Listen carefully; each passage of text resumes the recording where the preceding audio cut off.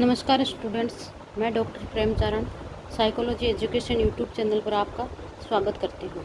आप सभी इस चैनल को सब्सक्राइब करें, ज़्यादा से ज़्यादा शेयर कीजिए ताकि ज़्यादा से ज़्यादा स्टूडेंट्स अपने साथ जुड़ सके और लाभान्वित हो सके। आज मैं आपके सामने कुछ और अन्य महत्वपूर्ण प्रश्नों लेकर उपस्थित होंगी। पहला प्रश्न है, भाषा विकास में बालक 4 वर्ष में कितने शब्द बोलता है? भाषा विकास में बालक 4 वर्ष में कितने शब्द बोलता है? ए 272, बी 450, सी 1900 और डी है 5000। तो 4 वर्ष में बालक कितने शब्द बोलना सीखता है? तो 4 वर्ष में सीखता है 1900 शब्द। 4 वर्ष का बालक है वो 1900 शब्द बोलना सीख जाता है। 1 वर्ष का बालक है वो कितने शब्द बोलता है? सिर्फ 3 शब्द बोलना सीखता है। और 3 वर्ष का बालक होता है वो 1000 के लगभग शब्द बोलने लग जाता है। और 2 वर्ष का बालक है वो 272 के लगभग शब्द बोलने शुरू कर देता है। और 10 वर्ष का बालक होता है वो 5000 शब्द बोलना शुरू कर देता है। ठीक है। अगला प्रश्न है, जन्म के समय बालक की स्मरण शक्ति होती है, यानी जन्म के समय बालक की स्मरण शक्ति कितनी होती है? अधिक, अत्यधिक, बहुत कम और कम। तो कितनी होती है? बहुत कम होती है। जन्म के समय बालक की स्मरण शक्ति क्या होती है? बहुत कम होती है। अतः बालक में स्मरण शक्ति बहुत ही कम होती है। जन्म के समय बालक का मस्तिष्क अल्प विकसित होता है, अतः बालक की स्मरण शक्ति है वो कम होती है। उस समय बालक में सोचने, विचारने, तर्क वितर्क करने की कोई भी योग्यता नहीं होती है। अगला प्रश्न है, संवेग शब्द का शाब्दिक अर्थ है, यानी संवेग शब्द है उसका शाब्दिक अर्थ क्या होता है? क्रोध तथा भय, उत्तेजना या भावों में उथल पुथल, स्नेह तथा प्रेम, और डी है उपरोक्त में से कोई नहीं। तो संवेग शब्द है, संवेग का शाब्दिक अर्थ क्या होता है? उत्तेजना या भावों का उथल पुथल होना। यानी संवेग शब्द है वो अंग्रेजी के इमोशन शब्द से बना हुआ है। इमोशन शब्द है वो लैटिन भाषा के इमोवियर शब्द से बना हुआ है, जिसका अर्थ होता है उत्तेजना। इमोवियर का अर्थ का क्या होता है? उत्तेजना। ठीक है। संवेग जन्मजात होते हैं और ब्रिजिस ने नवजात शिशु में केवल उत्तेजना संवेग को ही बताया है। और वाटसन है, उन्होंने नवजात शिशु में कितने बताए हैं? 3 प्रकार के संवेग बताए हैं। ठीक है। वो 3 प्रकार के कौन से बताए हैं? एक तो क्रोध, भय और प्रेम। क्रोध, भय और प्रेम, ये 3 संवेग किसने बताए हैं? वाटसन ने बताए हैं। और ब्रिजेस है, उन्होंने केवल एक ही बताया है, वो कौन सा है? संवेग उत्तेजना होता है। और अगला प्रश्न है, नवजात शिशु में हड्डियों की संख्या होती है, यानी नवजात शिशु है उसमें हड्डियों की संख्या कितनी होती है? 206, 350, 270 और 296। तो कितनी होती है? 270। नवजात शिशु में कितनी होती है? 270 हड्डियों की संख्या होती है, जो बाल्यावस्था में बढ़कर कितनी हो जाती है? 350 के लगभग हो जाती है। अगर बाल्यावस्था में पूछ लेता अपने से तो कितनी होती है? 350 हो जाती हैं। और धीरे धीरे हड्डियाँ वो आपस में जुड़ना, इनको क्या कहता है? अस्थिकरण या दृढ़ीकरण कहलाता है। हड्डियों का जुड़ना क्या कहलाता है? अस्थिकरण या दृढ़ीकरण होता है। किशोरावस्था में पहुँचते पहुँचते इनकी संख्या कितनी हो जाती है? 206 हो जाती है। कितनी हो जाती है? किशोरावस्था में 206 हो जाती है, यानी पहले कम होती है, फिर ज़्यादा हो जाती है, और उसके बाद में क्या होती है? पुनः कम हो जाती हैं। अगला प्रश्न है, बालक किस आयु में क्या सीख पाएगा? यह निम्न में से किस बिंदु पर निर्धारित करता है? यानी बालक है वो किस आयु में क्या सीख पाएगा, यह किस बिंदु पर निर्धारित करता है? बालक की बुद्धि पर, परिपक्वता पर, सीखने पर और वातावरण पर। तो क्या कितना सीख पाएगा, ये उसकी परिपक्वता पर निर्भर करती है। किस पर निर्भर करती है? परिपक्वता पर। यानी जैसे जैसे बालक की आयु में वृद्धि होती जाती है वैसे वैसे बालक का शारीरिक, मानसिक, सामाजिक, भाषाई और संवेगात्मक विकास होता जाता है। आयु की वृद्धि के साथ साथ ही बालक में परिपक्वता आती है, और परिपक्वता व अधिगम का सीधा संबंध होता है। परिपक्वता और अधिगम इन दोनों का क्या होता है? सीधा संबंध होता है। अगला प्रश्न है, बच्चे के उचित विकास को सुनिश्चित करने के लिए उसका स्वास्थ्य शारीरिक विकास एक महत्वपूर्ण आवश्यक है। यह कथन है, ये कथन सही है या गलत है, किस प्रकार का है? तो इसमें क्या है, ए नंबर में क्या देख रहा है, गलत हो सकता है क्योंकि विकास नितांत व्यक्तिगत मामला है। अगला है, सही है क्योंकि विकास क्रम में शारीरिक विकास सबसे पहले स्थान पर आता है जो विकास के अन्य पक्षों से संबंधित है। सी है, सही है क्योंकि शारीरिक विकास वंशानुगत पर आधारित होता है। और डी है, गलत है क्योंकि शारीरिक विकास के अन्य पक्षों को किसी भी प्रकार से प्रभावित नहीं करता है। तो इसमें क्या पूछा है, कौन सा सबसे ज़्यादा महत्वपूर्ण है? वो क्या है कि इसमें आएगा सही है क्योंकि विकास का क्रम शारीरिक विकास सबसे पहले स्थान पर आता है जो विकास के अन्य पक्षों में महत्वपूर्ण है। ठीक है, अगला प्रश्न है, मानसिक विकास के प्रवर्तक कौन थे? यानी मानसिक विकास के प्रवर्तक कौन थे?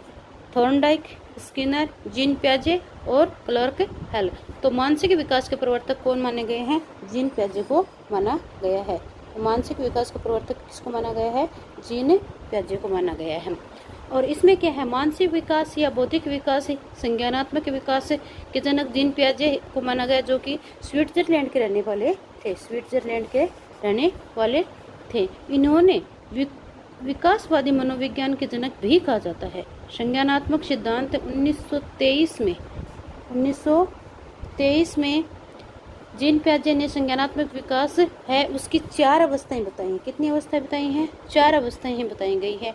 पहले क्या है, संवेदीगामक, जो जन्म से 2 वर्ष तक होती है। दूसरी है पूर्व संक्रियात्मक अवस्था, जो 2 से 7 वर्ष तक मानी गई है। और तीसरी है मूर्त संक्रियात्मक अवस्था, जो 7 से 12 वर्ष तक मानी गई है। और चौथी है औपचारिक संक्रियात्मक अवस्था, जो 12 वर्ष से अधिक में पाई जाती है। यानी जीन पियाजे ने 4 अवस्था ही बताई हैं। अगला है, अधिगम को प्रभावित करने वाला घटक है। अधिगम को प्रभावित करने वाला घटक कौन सा है? उचित वातावरण, प्रेरणा, परिपक्वता, उपयुक्त सभी। तो इसमें क्या आएगा? उपयुक्त सभी आएगा। अधिगम को उपयुक्त सभी घटक हैं वो सकारात्मक होते हैं और ये अधिगम को प्रभावी बनाते हैं। अधिगम को प्रभावित करने के लिए अन्य और भी कई महत्वपूर्ण कारक होते हैं, जैसे कि सीखने की इच्छा, प्रेरणा, विशेष सामग्री, शिक्षण विधि, बुद्धि, स्मरण शक्ति और परिपक्वता, शारीरिक स्वास्थ्य और सीखने का समय और वातावरण। ये क्या है? घटक हैं, ये अधिगम को प्रभावित करते हैं। अगला प्रश्न है, पावलोव ने अनुबंधन के प्रयोग में भोजन से पूर्व उपस्थित ध्वनि को क्या कहते हैं? तो पावलोव ने जो ध्वनि उत्पन्न की थी, यानी जो घंटी बजाई थी, उसको किस नाम से माना गया है? उद्दीपन अनुक्रिया, अनुबंधित ए में है अनुबंधित उद्दीपन, बी में है अनानुबंधित उद्दीपन, सी है विलंबित उद्दीपक और डी है ध्वन्यात्मक उद्दीपक। तो इसको क्या माना था? उन्होंने अनुबंधित उद्दीपक माना है। क्या माना है? अनुबंधित उद्दीपक माना है। तो ठीक है, अगला प्रश्न है, अभिप्रेरणा अधिगम का सर्वोत्कृष्ट राजमार्ग है। अभिप्रेरणा अधिगम का सर्वोत्कृष्ट मार्ग है। ये है अभिप्रेरणा का कथन है। यानी ये है कथन किसने दिया है? गिलफोर्ड ने, स्किनर ने, गुड ने और बर्नार्ड ने। किसने दिया है इसको? स्किनर ने दिया है। राजमार्ग किसने माना है? स्किनर ने माना है। स्किनर ने अभिप्रेरणा को अधिगम का राजमार्ग कहा है। अन्य परिभाषाओं में क्या क्रेच और क्रेचफील्ड के अनुसार अभिप्रेरणा हमारे क्यों का उत्तर देती है। और गुड है, गुड की परिभाषा क्या है? गुड के अनुसार क्या माना गया है कि अभिप्रेरणा कार्य को आरंभ करने, जारी रखने और नियमित करने की प्रक्रिया है। ठीक है, अगला प्रश्न है, शिक्षार्थी जो पहले सीख चुके हैं उनकी पुनरावृत्ति और प्रत्यास्मरण में शिक्षार्थी की मदद करना महत्वपूर्ण है, क्योंकि नई जानकारी को पूर्व जानकारी से जोड़ना सीखने को समर्थ बनाता है। बी में है ये है किसी भी कक्षा अनुदेशन के लिए एक सुविधाजनक शुरुआत है। सी में ये है शिक्षार्थियों की स्मृति को बढ़ावा है जिससे सीखना सुदृढ़ होता है। और डी है पूर्व पाठों को दोहराना का ये है एक प्रभावी तरीका है। तो शिक्षार्थी जो पहले सीख चुके हैं उनको पुनरावृत्ति और प्रत्यास्मरण है, वो किस में आएगा? पुनरावृत्ति और प्रत्यास्मरण है तो नई जानकारी से पूर्व जानकारी से जोड़ना सीखने को समृद्ध बनाता है। पुनरावृत्ति का अर्थ होता है किसी को भी चीज को क्या होता है? दोहराना, यानी पुनरावृत्ति का अर्थ हो गया दोहराना, ठीक है। और प्रत्यास्मरण का अर्थ होता है पूर्व ज्ञान से नई वस्तु को जोड़ना, या दोनों में सामंजस्य बिठाना। इससे नई जानकारी या नई विषय वस्तु को सीखने में आसानी होती है और अधिगम अधिक सुदृढ़ बनता है। अगला प्रश्न है बुद्धि लब्धि सूत्र का सर्वप्रथम निर्माण किया, यानी बुद्धि लब्धि सूत्र उसका सर्वप्रथम निर्माण किसने किया था? स्टर्न ने, बीने ने, टर्मन ने या साइमन ने? तो किसने किया था? स्टर्न ने। किसने किया था? स्टर्न ने बुद्धि लब्धि के सूत्र का निर्माण स्टर्न ने किया था। और मापनी किसने बनाई थी? टर्मन ने। टर्मन ने क्या बनाई थी? मापनी बनाई थी। और बुद्धि लब्धि का सूत्र किसने दिया? स्टर्न ने दिया था, ठीक है। अगला प्रश्न है एक सफल इंटीरियर डिजाइनर में किस तरह की बुद्धि का प्रबलशीलता होती है? एक सफल इंटीरियर डिजाइनर में किस तरह की बुद्धि की प्रबलशीलता होती है? अमूर्त बुद्धि, मूर्त बुद्धि, सामाजिक बुद्धि या सामान्य बुद्धि? तो इसमें क्या होती है? अमूर्त बुद्धि होती है। इन जो एक सफल इंजीनियर डिजाइनर होता है उसमें क्या होती है? अमूर्त बुद्धि होती है। इंटीरियर डिजाइनर के द्वारा अपनी मानसिक शक्ति का प्रयोग करके डिजाइन तैयार की जाती है, अर्थात वह इस कार्य में अमूर्त बुद्धि का प्रयोग करते हैं, यानी उसकी मानसिकता के अंदर ही ऐसी चीजें होती है, वो उस चीज को देख के नहीं बनाता है, ठीक है। अगला प्रश्न है शरीर रचना पर आधारित व्यक्तित्व के प्रकार किसने बताए हैं? शरीर रचना के आधार पर व्यक्तित्व के प्रकार किसने बताए हैं? पहला है क्रेस्मर और सेल्डर ने, ये क्या लिखा हुआ है? क्रेस्मर और सेल्डर ने। बी है हिप्पोक्रेटस ने, सी है जुंग ने और डी है एडलर ने। तो क्रेस्मर है इन्होंने और सेल्डर ने शरीर रचना के आधार पर व्यक्तित्व को निर्माण किया है। और सेल्डर ने वर्गीकरण किया, वो कितने प्रकार से किया है? 3 प्रकार से। कितने प्रकार से किया? सेल्डर ने 3 प्रकार से किया है, गोलाकार, आयताकार और लंबाकार। गोलाकार को इन्होंने क्या किया है? एंडोमॉर्फिक, और आयताकार को मेसोमॉर्फिक और लंबाकार को माना है एक्टोमॉर्फिक। और जो गोलाकार आकृति वाले होते हैं वो कहते हैं मोटे, विनोदी और प्रशंसित होते हैं। आयताकार के होते हैं वो स्वस्थ होते हैं, बहादुर के कार्य करने वाले होते हैं। लंबाकार होते हैं वो संकोची होते हैं, दुबले होते हैं और क्रोधी स्वभाव के होते हैं। उसी प्रकार क्या है क्रेस्चर, इन्होंने भी 3 प्रकार के बताए हैं, एक पिकनिक, एथलेटिक्स और एंथेनिक, 3 प्रकार के इन्होंने बताए हैं, ठीक है। अगला प्रश्न है बाह्य रूप से 2 व्यक्ति एक समान हैं लेकिन वे अन्य योग्यताओं की दृष्टि से समान नहीं है, यह व्यक्तिगत विभिन्नता कहलाती है। यानी बाह्य रूप से तो वो दोनों समान है लेकिन अन्य योग्यताओं में वो समान नहीं है। तो इसमें क्या आएगा? ए में है व्यक्तित्व, बी बाह्य विभिन्नता, सी आंतरिक विभिन्नता और डी उपयुक्त में से कोई नहीं।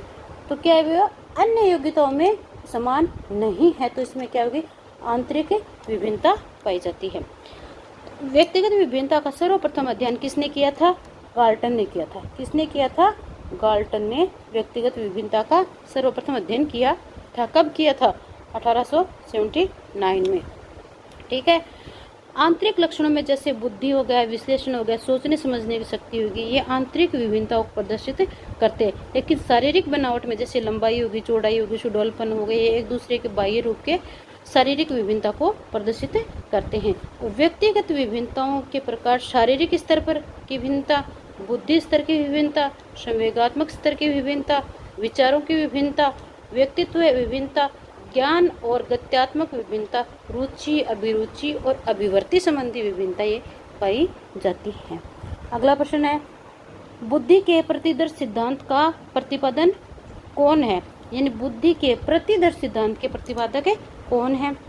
ए में थार्नडाइक, बी है केली, सी है मैकडूगल और डी है थॉमसन। तो प्रतिदर्श के कौन हो गए? प्रतिदर्श सिद्धांत है। प्रतिदर्श सिद्धांत के किसको माना गया है? थॉमसन को माना गया है। किसको माना गया? थॉमसन को माना। इस सिद्धांत के प्रतिपादक थॉमसन है और इस सिद्धांत का दूसरा नाम क्या है? नमूने का सिद्धांत भी कहा जाता है इसको, और न्यायदर्श का सिद्धांत भी कहा जाता है। नमूने का और न्यायदर्श का सिद्धांत भी इसको कहा जाता है। प्रत्येक व्यक्ति में सभी मानसिक योग्यताओं में थोड़ा थोड़ा सैंपल यानी नमूना पाया जाता है और ये है सैंपल मिलकर एक नवीन योग्यता का बन जाती है। अगला प्रश्न है, शिक्षा के अधिकार अधिनियम 2009 के तहत पाठ्यक्रम निर्धारण हेतु क्या निर्देश है? ए संविधान के अनुरूप है, बी इससे बालकों का सर्वांगीण विकास होता है, सी शिक्षा का माध्यम यथा संभव मातृभाषा हो, और डी उपरोक्त सभी। तो इसमें क्या आएगा? इसका है उपरोक्त सभी। उपरोक्त सभी माने गए हैं। यानी शिक्षा के अधिकार अधिनियम 2009 के तहत उपरोक्त पाठ्यक्रम का निर्माण करने में सभी लक्ष्यों को निर्धारित किया गया है। अगला प्रश्न है, संवेगात्मक बुद्धि संवेगात्मकता स्थिरता के लक्षण है। संवेगात्मक स्थिरता के लक्षण क्या क्या बताए गए हैं? ए में है झगड़ालू है, बी में विनोदी होते हैं, सी में समायोजित होते हैं और डी में क्या है? भीरुता पाई जाती है। तो संवेगात्मक स्थिरता के लक्षणों में क्या हो गई? समायोजित होते हैं। क्या होते हैं ये? समायोजित होते हैं। यानी झगड़ालू, विनोदी, भीरुता ये सब क्या किस में आ गए? कुसमायोजित में आते हैं। यानी झगड़ालू हो गए और विनोदी हो गए और भीरुता ये किस में आते हैं? कुसमायोजित में आते हैं। और समायोजित बालक हैं वो संवेगात्मक दृष्टि से स्थिरता नहीं रख पाते हैं। जो भी असमायोजित बालक होते हैं या कुसमायोजित बालक होते हैं वो क्या होते हैं कि संवेगात्मक दृष्टि से स्थिर नहीं होते हैं। जो बालक समय और परिस्थिति के अनुसार संवेगों का प्रदर्शन करता है वही संवेगात्मक स्थिर बालक होता है तथा ऐसे बालक वातावरण के साथ समायोजित हो जाते हैं। ठीक है। अगला प्रश्न है, निम्न में से समस्यात्मक बालक नहीं है। निम्न में से समस्यात्मक बालक नहीं है। चोरी करना, सामाजिक रूप से वंचित, बाल अपराधी और मंदबुद्धि। तो समस्यात्मक बालक नहीं है तो मंदबुद्धि बालक वो समस्यात्मक बालक नहीं होता है। चोरी करना, सामाजिक रूप से वंचित और बाल अपराधी किस में आते हैं? समस्यात्मक बालकों में आते हैं, जबकि मंदबुद्धि बालक है वो समस्यात्मक बालकों में नहीं आता है। समस्यात्मक बालक उस बालक को कहते हैं जिसके व्यवहार में कोई ऐसी बात होती है जिसके कारण वह दूसरों के लिए समस्या बन जाता है, जैसे चोरी करना, झूठ बोलना, क्रोध करना। तो ये सब कौन से बालक होते हैं? ये समस्यात्मक बालक होते हैं। अगला प्रश्न है, बगनासा कुंठा की दशा में छात्र का व्यवहार नहीं होता है। बगनासा और कुंठा की दशा में छात्र का व्यवहार नहीं होता है। आक्रमणकारी व्यवहार, आत्मसम्मान, ग्रह त्याग और रोगग्रस्त होने की बात करना। तो बगनासा या कुंठा की दशा में जिस तरह व्यवहार कैसा नहीं होता है? तो आत्मसम्मान का व्यवहार नहीं होता है। यानी इसमें क्या होता है कि बगनासा और कुंठा वह संवेगात्मक तनाव है जब व्यक्ति के बार बार प्रयत्न करने के बावजूद भी असफलता मिलती है तो वह निराश हो जाता है, और इस निराशा को मनोवैज्ञानिक भाषा में क्या कहा है? बगनासा या कुंठा कहा है। जैसे परीक्षा में बार बार फेल हो जाना, तो ये क्या है? इसका बगनासा माना गया है। गुड के अनुसार बगनासा का अर्थ किसी इच्छा या आवश्यकता में बाधा पड़ने से उत्पन्न होने वाला संवेगात्मक तनाव होता है। अगला प्रश्न है, किसी व्यक्ति द्वारा अपने अस्तित्व भूलकर किसी दूसरे व्यक्ति के गुण और अवगुणों का अनुसरण करना कहलाता है। क्या कहलाता है? प्रतिगमन, दमन, प्रक्षेपण या तादात्म्यकरण। तो किसी व्यक्ति का अपना व्यक्तित्व भूलकर किसी दूसरे व्यक्तित्व के गुण और अवगुणों का अनुकरण करना क्या कहलाता है? तादात्म्यकरण कहलाता है। क्या कहलाता है? तादात्म्यकरण कहलाता है। दमन किसको कहा जाता है? दमन होता है कि जो कटु अनुभूतियां या दुख भरी बातें या अतृप्त इच्छाएं होते हैं उनको बलपूर्वक बुला देना क्या कहलाता है? दमन कहलाता है। और प्रक्षेपण है वो अपनी असफलताओं का दोष किसी दूसरे के ऊपर लगा देना और दूसरे पर लगाकर खुद अपने आप में एक संतुष्टि प्राप्त कर लेना। जैसे इसमें उदाहरणों के अगर रूप में माने तो नाच न जाने आंगन टेढ़ा, ये वाली कहावत है वो किस पर लागू होती है? प्रक्षेपण पर लागू होती है। ठीक है। उसी प्रकार अगला है कि प्रतिगमन। प्रतिगमन, तो प्रतिगमन में क्या आ गया? प्रतिगमन, तो प्रतिगमन के अंदर क्या होता है कि जो वर्तमान स्थिति व्यक्ति को तनाव देती है उससे बचने के लिए वह अपनी पूर्व स्थिति की ओर लौट आना क्या कहलाता है? प्रतिगमन कहलाता है। जैसे एक वयस्क बच्चा है वो छोटे बच्चे की तरह फूट फूट कर रोने लगता है, या फिर जैसे मान लें कि जैसे एक कोई लड़की है वो अपनी पीहर आकर अपने माँ की गोद में सिर रख कर रोने लगती है, तो वो किस में आता है? प्रतिगमन में आता है। उसी प्रकार क्या है? तादात्म्यकरण। तो तादात्म्यकरण में क्या होता है? समायोजन स्थापित करने के लिए व्यक्ति अपना परिचय किसी ऐसे व्यक्ति के साथ मेल जोल करके या उसके साथ जोड़ कर बता देता है जो कि किसी ऊंचे प्रतिष्ठित पद पर होता है, या फिर व्यक्ति ऐसे गुण और अवगुणों का अनुकरण करने लगता है। अगला प्रश्न है, जिन बालकों की शैक्षिक उपलब्धि अपनी आयु के अन्य बालकों से निम्न होती है कहलाते हैं।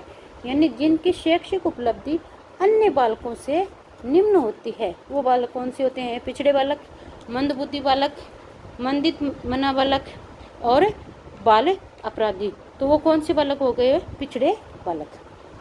अन्य बालकों से निम्न बालक है जिनकी बुद्धि लब्धि है वो अन्य बालकों से निम्न होती है, तो वो पिछड़े बालकों की श्रेणी में आते हैं। यानी शैक्षिक दृष्टि से जो बालक पिछड़ जाता है वह बालक क्या होता है?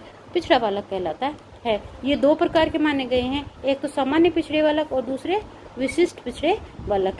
सामान्य पिछड़े बालक हैं वह बालक होते हैं जो सभी विषयों में कमजोर होते हैं। ठीक है, ये दो प्रकार के माने हैं जो है सामान्य और विशिष्ट। सामान्य में क्या आ गया? सामान्य में होता है कि वे बालक जो सभी विषयों में पिछड़े होते हैं वो सामान्य पिछड़े बालक कहलाते हैं, और जो बालक किसी एक विषय में पिछड़ा होता है तो वो क्या है? विशिष्ट पिछड़े बालक कहलाते हैं। अगला प्रश्न है, प्रक्षेपीय विधि है। प्रक्षेपीय विधि कौन सी है ये बताना इसमें। तो ए में है निर्धारण मापनी विधि, बी है शाही रोसा डब्बा परीक्षण, सी है समाजमिति विधि और डी है साक्षात्कार विधि। तो प्रक्षेपीय विधि है, प्रक्षेपीय विधि कौन सी है? शाही डब्बा परीक्षण। कौन सी है? शाही डब्बा परीक्षण। प्रक्षेपण विधि में सर्वाधिक महत्वपूर्ण विशेष व्यक्ति के अचेतन को जाना जाता है। यानी प्रक्षेपी में का अर्थ होता है किसी चीज को थोपना, और अगर कोई चेतन मन में इस चीज को करता है तो वो उस पर थोप नहीं सकता, लेकिन ये क्या होती है? अचेतन मन में की जाती है। अन्य प्रक्षेपी विधियां भी कई हैं, जैसे कि एक है प्रासंगिक अंतर्बोध परीक्षण जिसे TAT कहते हैं, बालक अंतर्बोध परीक्षण जिसे CAT कहते हैं, वाक्य पूर्ति परीक्षण जिसे SCT कहते हैं, और स्वतंत्र शब्द सहचर्य परीक्षण जिसे FWAT कहते हैं। ये क्या है? कई प्रकार की जो प्रक्षेपी विधियां मानी गई हैं। अगला प्रश्न है, बुद्धि परीक्षाओं के प्रकार हैं। यानी बुद्धि परीक्षाओं के कितने प्रकार होते हैं? सामूहिक बुद्धि परीक्षण, व्यक्तिगत बुद्धि परीक्षण, मिश्रित बुद्धि परीक्षण और उपरोक्त सभी। तो बुद्धि परीक्षण के प्रकार कितने होते हैं? उपरोक्त सभी, यानी सभी प्रकार के मानी गई हैं। अगला प्रश्न है, निम्नलिखित में से शिक्षण सिद्धांत है। निम्नलिखित में से शिक्षण सिद्धांत है। नियोजन का सिद्धांत, विभाजन का सिद्धांत, चयन का सिद्धांत, उपरोक्त सभी। तो इसमें क्या होगा? ये सभी प्रकार के माने गए हैं। इसमें नियोजन का सिद्धांत भी होता है, विभाजन का सिद्धांत भी होता है और चयन का सिद्धांत भी होता है। उपरोक्त सभी प्रकार के सिद्धांत माने गए हैं शिक्षण के। अगला प्रश्न है, मापन के क्षेत्र में किस चीज का मापन किया जाता है? ये वह प्रश्न है। तो मापन के क्षेत्र में बुद्धि परीक्षण किया जाता है, उपलब्धि परीक्षण किया जाता है, व्यक्तित्व परीक्षण किया जाता है, उपरोक्त सभी। तो इसमें क्या है? बुद्धि परीक्षण भी किया जाता है, उपलब्धि परीक्षण भी किया जाता है और व्यक्तित्व परीक्षण भी किया जाता है। यानी सभी प्रकार के परीक्षण किए जाते हैं। यानी मापन से हमारा तात्पर्य क्या किससे होता है? मानसिक मापन होता है। किस क्या होता है? मानसिक मापन से माना जाता है। प्राय मापन मूल्यांकन का ही एक अंग माना गया है। मापन क्या होता है? ये मूल्यांकन का एक अंग होता है। अतः मूल्यांकन के लिए मापन आवश्यक है। और मापन के कई क्षेत्र बताए गए हैं, जिसमें से बुद्धि परीक्षण हो गया, उपलब्धि परीक्षण हो गया, अभिक्षमता परीक्षण हो गया, रुचि परीक्षण हो गया, व्यक्तित्व परीक्षण हो गया और संवेगात्मक परीक्षण हो गया।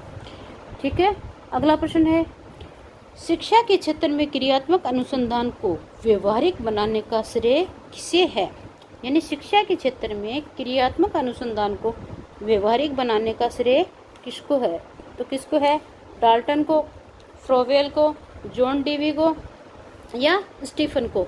तो शिक्षा के क्षेत्र में क्रियात्मक अनुसंधान को व्यवहारिक बनाने का श्रेय किसको है? स्टीफन एम मोरे को। तो अनुसंधान को अंग्रेजी में क्या कहते हैं? रिसर्च कहते हैं, जो दो शब्दों से मिलकर है बना है, री और सर्च। री का अर्थ क्या होता है? बार बार। री का अर्थ क्या होता है? बार बार। और सर्च का अर्थ क्या होता है? खोजना। यानी किसी भी चीज को बार बार खोजना या बार बार उस चीज को देखना क्या कहलाता है? रिसर्च कहलाता है। अगला प्रश्न है, किसी ग्रामीण या शहरी क्षेत्र में विद्यालय नहीं है तो आप बच्चों को शिक्षा की जिम्मेदारी होगी।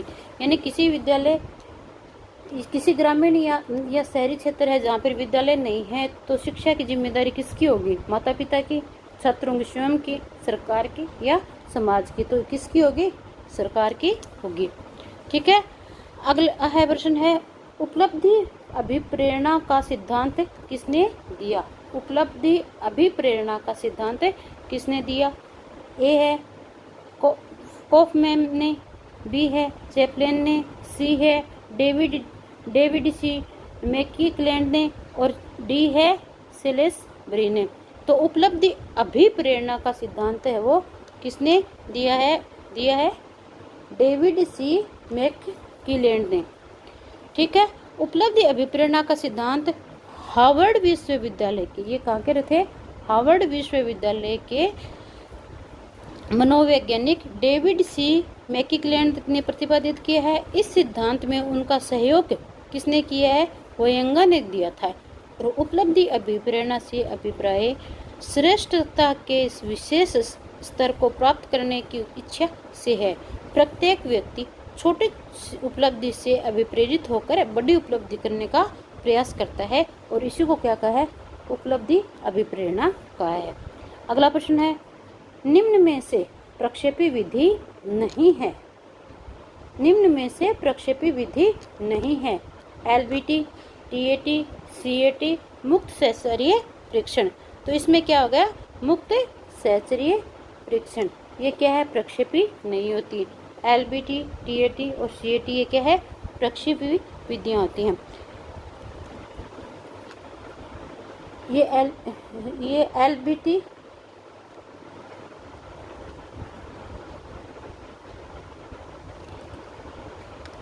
निम्न में से प्रक्षेपी विधि नहीं है।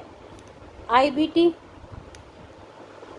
टीएटी, सीएटी, मुक्त सहचर्य परीक्षण। तो इसमें क्या है? मुक्त सहचर्य परीक्षण ये क्या है? प्रक्षेपी विधि नहीं है। आईबीटी इसको क्या है? सही दबाव परीक्षण कहते हैं।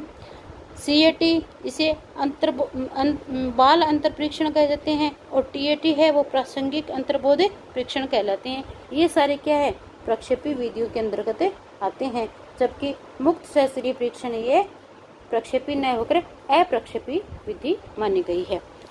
आज की वीडियो में सिर्फ इतना ही।